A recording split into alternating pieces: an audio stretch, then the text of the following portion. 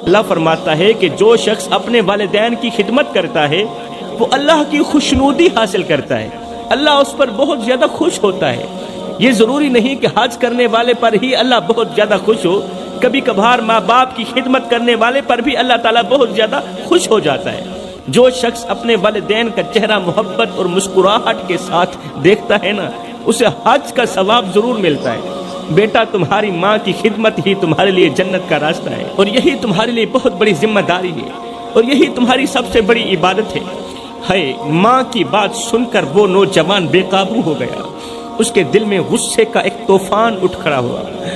بیٹا غصے میں آگ بگولا ہو گیا، وہ جذبات میں آ کر ماں کے سامنے چیخ پڑا، آنکھوں میں آنسو اور دل میں بے بسی تھی، غصے میں آگ بگولا تھا، اس کا انداز تلخ ہو چکا تھا۔ وہ چیخ کر کہنے لگا، آپ کس طرح کی ماں ہو، کس طرح کی ماں ہو تم؟ بیٹا حج کرنے کی خواہش ظاہر کر رہا ہے اور آپ اسے روک رہی ہیں۔ میرے دل میں برسوں سے ایک خواب پل رہا ہے کہ اپنی زندگی میں ایک بار ہی صحیح اپنی آنکھوں سے روضہ رسول کی ضرور زیارت کروں گا، اللہ کے گھر کا طواف کروں، میرا دل چاہتا ہے، اپنے گناہوں کی معافی مانگوں، لیکن آپ مجھے اس خواب کو پورا کرنے سے روک رہی ہیں۔ کیا آپ کو اندازہ ہے کہ میرے دل پر اس وقت کیا گزر رہی ہے؟ تم کس طرح کی ماں ہو؟ کیا میں اپنے بچوں کو ایسے کہتی ہیں؟ نوجوان کی آواز بلند ہوتی گئی، عبادت گزار نوجوان کی آواز بلند ہوتی گئی، اور وہ اپنی ماں کے سامنے ادب کو بھول گیا کہ سامنے میری بوڑھی ماں بیٹھی ہے۔ کہنے لگا، لوگوں کی مائیں تو اپنی اولاد کو زبردستی حج پر بھیجتی ہیں، زبردستی عمرہ کرنے کے لیے بھیجتی ہیں، اور ایک آپ ہیں جو اپنے اکلوتے بیٹے کو بھی حج کرنے سے روک رہی ہیں۔ میں نے اپنی پوری زندگی تیری خدمت میں گزار دی، تیرے لیے کھانا بنایا، تجھے سنبھالا، تجھے نہلایا، تجھے پلایا، کبھی بھی کسی موڑ پر بھی تیری بات کا انکار نہیں کیا، اور آج جب میں اپنی زندگی کی سب سے بڑی خواہش پوری کرنا چاہتا ہوں تو آپ مجھے روک رہی ہیں۔ یہ کیسا انصاف ہے؟ اس کا مطلب تم اندر سے اور ہو، باہر سے اور ہو۔ باہر سے تو مجھے دعائیں دیتی ہو اور اندر سے مجھے کعبے کا طواف نہیں کرنے دیتی، کس طرح کی ماں ہو؟ یہ تو منافقوں کی نشانی ہے، اندر سے اور باہر سے اور۔ بیٹا جذبات میں دب کر مزید کہنے لگا، کیسا دل ہے تیرا مسلمان، میں تو ایسی نہیں ہوتی جس طرح تو ہے۔ ماں بیٹے کا تلخ لہجہ سن رہی تھی، اندر ہی اندر ٹوٹ رہی تھی، اس کے چہرے پر اداسی اور آنکھوں میں بے بسی تھی، لیکن اس نے ایک لفظ بھی نہ کہا۔ ماں روتی رہی لیکن ماں نے ایک لفظ بھی نہ کہا۔ وہ جانتی تھی کہ اس کا بیٹا جذبات میں ہے، اس کا بیٹا غصے میں ہے اور اپنے ہوش کھو بیٹھا ہے، ماں کا ادب بھول گیا ہے، اس لیے وہ چپ رہی، لیکن اس کی بے ادبی ماں کے دل پر چھریوں کی طرح چلتی رہی۔ اسے معلوم نہیں تھا کہ جو اپنی ماں کے ساتھ بے ادبی کرتا ہے اس کا انجام بھیانک ہوتا ہے۔ اسے معلوم نہیں تھا کہ جو اپنی ماں کے ساتھ بے ادبی کرتا ہے اس کا انجام کیا ہوتا ہے۔ بیٹے نے ماں کی ایک بھی نہ سنی، اس کی فریاد کو نظر انداز کیا اور اپنے ساز و سامان کے ساتھ ماں کو تن تنہا اکیلا چھوڑ کر حج کے سفر پر روانہ ہو گیا۔ ماں جو چار پئی پر معذوری کی حالت میں لیٹی ہوئی تھی، بے بسی کے عالم میں اپنے بیٹے کو دروازے سے باہر جاتا دیکھتی رہی، روتی رہی، بیٹے کو روکتی رہی، لیکن بیٹا نہ رکا۔ آنکھوں میں آنسو، دل میں ٹوٹے خوابوں کا بوجھ، وہ کچھ کہہ بھی نہ سکی۔ ماں تو کچھ نہ کہہ سکی، لیکن ماں کی خاموشی اندر ہی اندر سے چیخ رہی تھی۔ جب بیٹے کا سایہ نظروں سے اوجھل ہو گیا تو ماں نے آسمان کی طرف دیکھ کر درد بھری آواز میں کہا، ماں نے دونوں ہاتھ اٹھائے، آسمان کی طرف دیکھ کر درد بھری آواز میں کہا، اللہ تو میرے بیٹے کو محفوظ رکھ، تو میرے بیٹے کو محفوظ رکھ، لیکن یاد رکھ اس نے اپنی ماں کا دل توڑا ہے، تو ہی انصاف کرنے والا ہے۔ وہ اپنی ماں کو رلا کر گیا ہے، اپنی ماں کو تڑپا کر گیا ہے، اپنی ماں کو بے عزت کر کے گیا ہے، بس تو ہی ہے جو انصاف کرنے والا ہے۔ ادھر وہ نوجوان جو ماں کو چھوڑ کر اپنی ضد کے سفر پر نکل چکا تھا، راستے میں ہر چند قدم پر رک کر 2 رکعت نماز نفل ادا کرتا، 2 رکعت نماز نفل پڑھتا اور پھر اللہ سے دعا کرتا، یا اللہ مجھے خیر و عافیت کے ساتھ اپنے محبوب کے روزے تک پہنچا دے، میرے سفر کو آسان فرما اور میرے دل کی یہ خواہش پوری کر دے۔ ادھر ماں رو رہی ہے، ادھر بیٹا سفر کی طرف نکلا ہے اور دعا کر رہا ہے، اللہ میری یہ خواہش پوری کر دے، لیکن اسے خبر نہ تھی کہ اس کے پیچھے اس کی ماں کی دعا اور بد دعا دونوں چل رہی ہیں۔ چلتے چلتے وہ ایک بستی کے قریب پہنچا، رات کا وقت ہو چکا تھا میرے دوستو، اندھیرا چھا چکا تھا۔ اس نے سوچا رات اسی بستی کے اندر گزار لیتا ہوں، لیکن بستی میں کوئی اسے جانتا نہیں تھا، کوئی پہچانتا نہیں تھا، اس لیے وہ بستی کی ایک چھوٹی سی مسجد میں جا پہنچا، اپنا سامان ایک طرف رکھا اور اللہ کی عبادت میں مصروف ہونے لگا۔ بستی کی ایک چھوٹی سی مسجد میں جا پہنچا، سامان ایک طرف رکھا، خود اللہ کی عبادت میں مصروف ہو گیا۔ نوجوان کے دل میں سکون تھا کہ وہ اپنے سفر کے قریب پہنچ رہا ہے، لیکن اسے اندازہ نہیں تھا کہ اس سفر میں نہ صرف حج بلکہ اللہ کی آزمائش بھی اس کا انتظار کر رہی ہے، ایک بہت بڑی مصیبت بھی اس کا انتظار کر رہی ہے۔ اللہ کا کرنا ایسا ہوا کہ اسی رات اسی بستی میں ایک چور گھس آیا۔ یہ وہی بستی تھی جہاں اس عبادت گزار نوجوان نے قیام کیا ہوا تھا۔ بستی کے لوگ چور کے پیچھے بھاگنے لگے، گلیوں میں ہلچل مچ گئی، لوگ ہاتھوں میں لاٹھیاں اور ڈنڈے لیے چور کے پیچھے دوڑنے لگے۔ چور اپنے بچاؤ کے لیے مسجد والی گلی سے گزرتا ہوا آگے بھاگ گیا، چور اپنے بچاؤ کے لیے مسجد والی گلی سے گزرتا ہوا آگے کو بھاگ گیا۔ لوگوں کو یہ یقین ہوا کہ وہ چور مسجد میں چھپ گیا ہے، چور مسجد کے اندر چلا گیا۔ فوراً بستی والوں نے مسجد کا دروازہ کھولا، اندر داخل ہوئے۔ وہاں انہوں نے ایک شخص کو سجدے کی حالت میں دیکھا۔ لوگوں نے دیکھا کہ ایک شخص ہے، اجنبی ہے، وہ سجدے کی حالت میں پڑا ہے، جو انتہائی خشوع و خضوع کے ساتھ اللہ سے فریاد کر رہا ہے، اللہ میرے سفر کو کامیاب بنانا، مجھے اپنے محبوب کے روزے تک ضرور پہنچا دینا اور میرے گناہوں کو معاف کرنا۔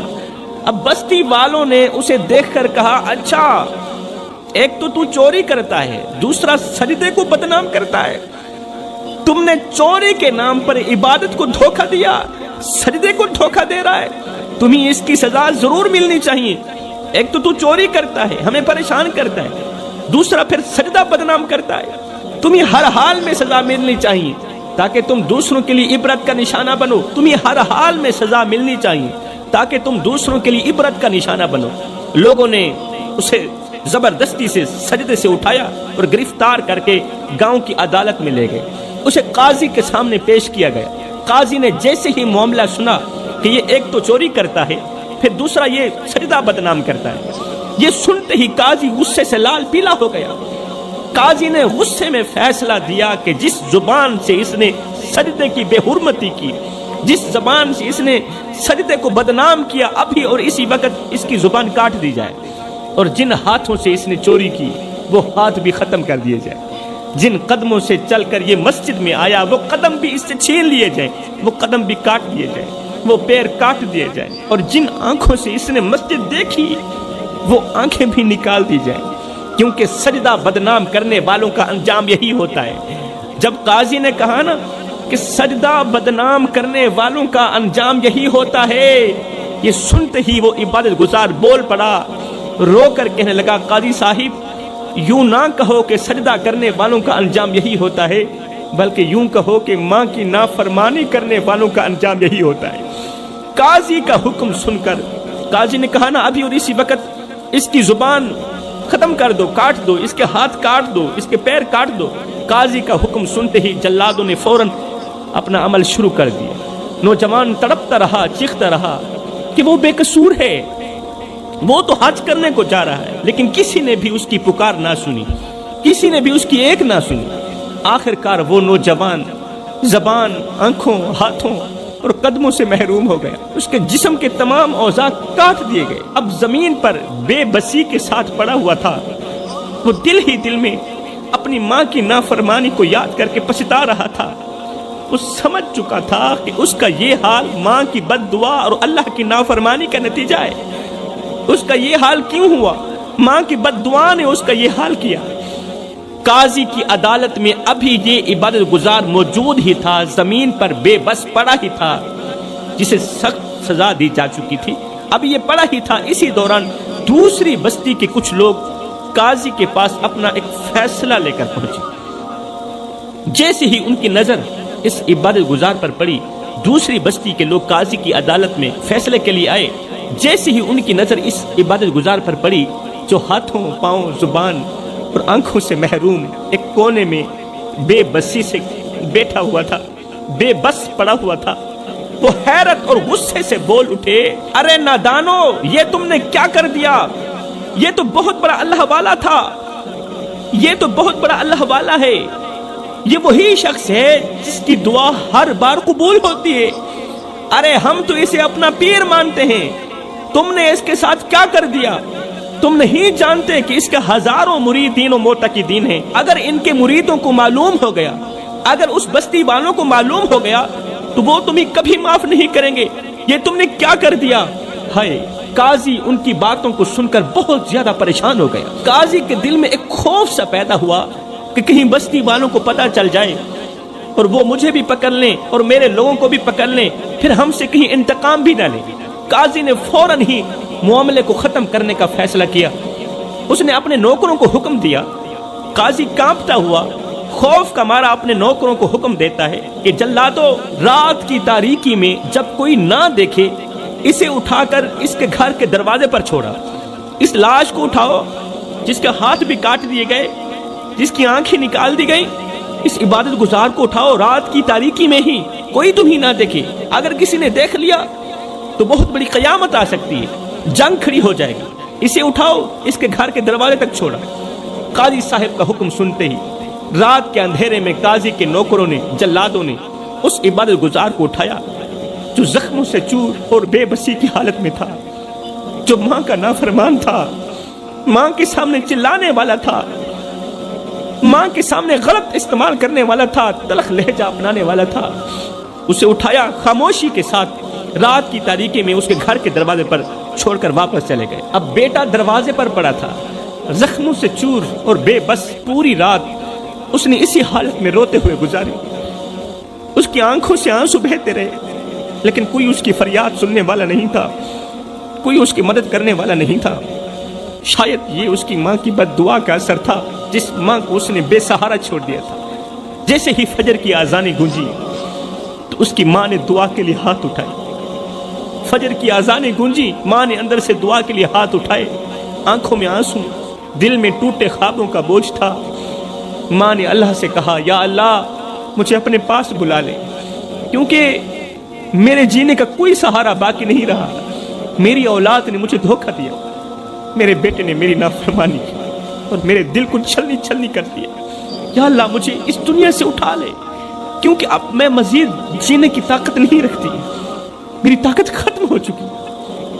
ادھر بیٹا دروازے میں چیخ رہا تھا۔ چیختے چیختے ایک دم بیٹے نے آواز دی۔ آواز دی، کون سی آواز دی؟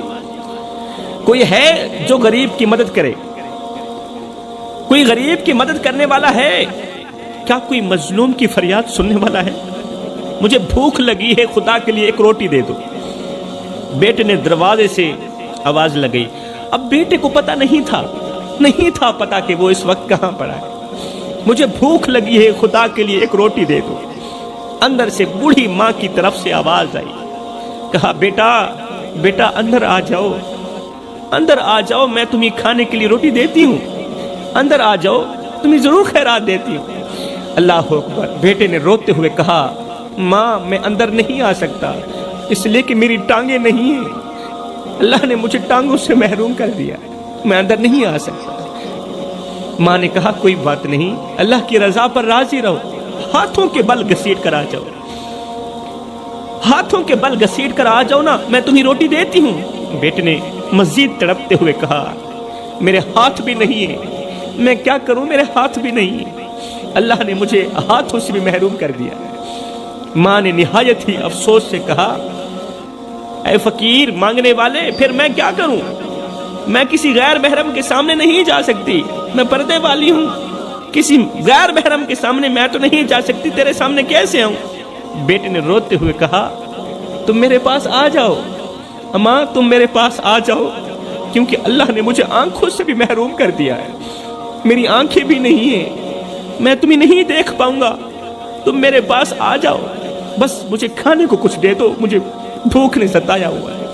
اس کی درد بھری آواز سن کر بوڑھی ماں اور زیادہ پریشان ہو گئی، اور زیادہ پریشان ہو گئی، کس طرح کا مانگنے والا ہے، اس کی آنکھیں بھی نہیں ہیں، ہاتھ بھی نہیں ہیں، پیر بھی نہیں۔ ماں کہنے لگی خدا نہ بلائے، یہ آواز تو میرے بیٹے کی طرح لگتی ہے، چلو خود کو گھسیٹتے ہوئے چلتی ہوں، فقیر کو روٹی بھی دیتی ہوں اور ساتھ میں اس کا ماتھا بھی چوم لوں گی، کیونکہ اس کی آواز میرے بیٹے کی آواز سے ملتی جلتی ہے۔ بوڑھی ماں نے روٹی اٹھائی اور بڑی مشکل سے ہاتھوں کے بل گھسیٹ کر دروازے تک پہنچی، لیکن جیسے ہی ماں نے دروازے کے قریب پہنچ کر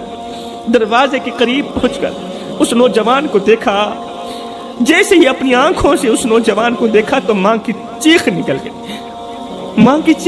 گئی، اس لیے کہ یہ کوئی اور نہیں تھا، یہ اس کا اکلوتا بیٹا تھا، یہ کوئی اور نہیں تھا، اس کا عبادت گزار بیٹا تھا، یہ کوئی اور نہیں تھا، اس کا عبادت گزار بیٹا تھا، جو آج ہاتھوں پیروں اور آنکھوں سے محروم تھا۔ رو کر کہنے لگی ہائے میرے بیٹے، میرے لخت جگر، میرے نور نظر، تجھے کیا ہو گیا؟ تو تو روزہ رسول کی زیارت کے لیے گیا تھا، لیکن یہ حالت کیسے ہو گئی؟ بیٹے نے روتے ہوئے کہا ماں میں یہ نہیں سمجھ سکا کہ ماں کو ناراض کرنے کے بعد انسان نہ دنیا میں سکون پا سکتا ہے اور نہ ہی آخرت میں سکون پا سکتا ہے۔ میں نے زندگی میں سب سے بڑی غلطی کی تھی، تجھے ناراض کر کے گھر سے باہر نکلا۔ اللہ نے میرے ساتھ وہ کیا جو دنیا کے سب سے بڑے پاپی کے ساتھ کیا جاتا ہے، جو دنیا کے سب سے بڑے مجرم کے ساتھ کیا جاتا ہے۔ اب ماں نے اپنے بے بس بیٹے کو اپنے کمزور ہاتھوں سے گلے لگایا، آنکھوں سے آنسو بہتے ہوئے کہنے لگی یا اللہ۔ ماں نے ایک فریاد کی، یا اللہ بس کر دے، اب ہم دونوں کو اپنے پاس ہی بلا لے، میرے بیٹے کی غلطیوں کو معاف کر دے، میرے بیٹے کے گناہوں کو معاف کر دے اور اسے وہ مقام عطا کر جس کا یہ حقدار ہے۔ میں ماں اپنے بیٹے کو معاف کرتی ہوں، اللہ میں ماں بیٹے کو معاف کرتی ہوں، تو بھی اسے معاف کر دے، اس نے جو بھی غلطی کی، جو بھی میری نافرمانی کی، اس کی سزا اسے مل چکی ہے۔ یا اللہ اب میں مزید نہیں دیکھنا چاہتی اور میں مزید جی بھی نہیں سکتی، اللہ میری ہمت ختم ہو چکی ہے اور میرے لال کی ہمت بھی ختم ہو چکی ہے، اللہ اب ہم دونوں کو اپنے پاس ہی بلا۔ ماں کے یہ الفاظ آسمان تک جا پہنچے، اللہ کی رحمت جوش میں آئی اور عین اسی لمحے جب ماں اور بیٹے نے ایک دوسرے کو گلے لگایا ہوا تھا تو دونوں اتنے روئے کہ روتے ہی ان دونوں کی روحیں ایک ساتھ نکل گئی۔ انا للہ و انا الیہ راجعون۔ وہ لمحہ دل دہلا دینے والا تھا، مگر سنیے جس دن ماں اور بیٹے کا انتقال ہوا، حالانکہ ان دنوں سخت گرمی تھی، مگر اس دن اللہ کی طرف سے خاص رحمت کی بارش برسی، اللہ کی طرف سے خاص رحمت کی بارش برسی۔ یہ بارش نہ صرف گرمی کو ٹھنڈا کر رہی تھی بلکہ یہ بتا رہی تھی کہ اللہ نے ماں اور بیٹے کو اپنی رحمت میں لے لیا ہے، یہ بتا رہی تھی کہ اللہ نے ماں اور بیٹے کو معاف کر دیا ہے۔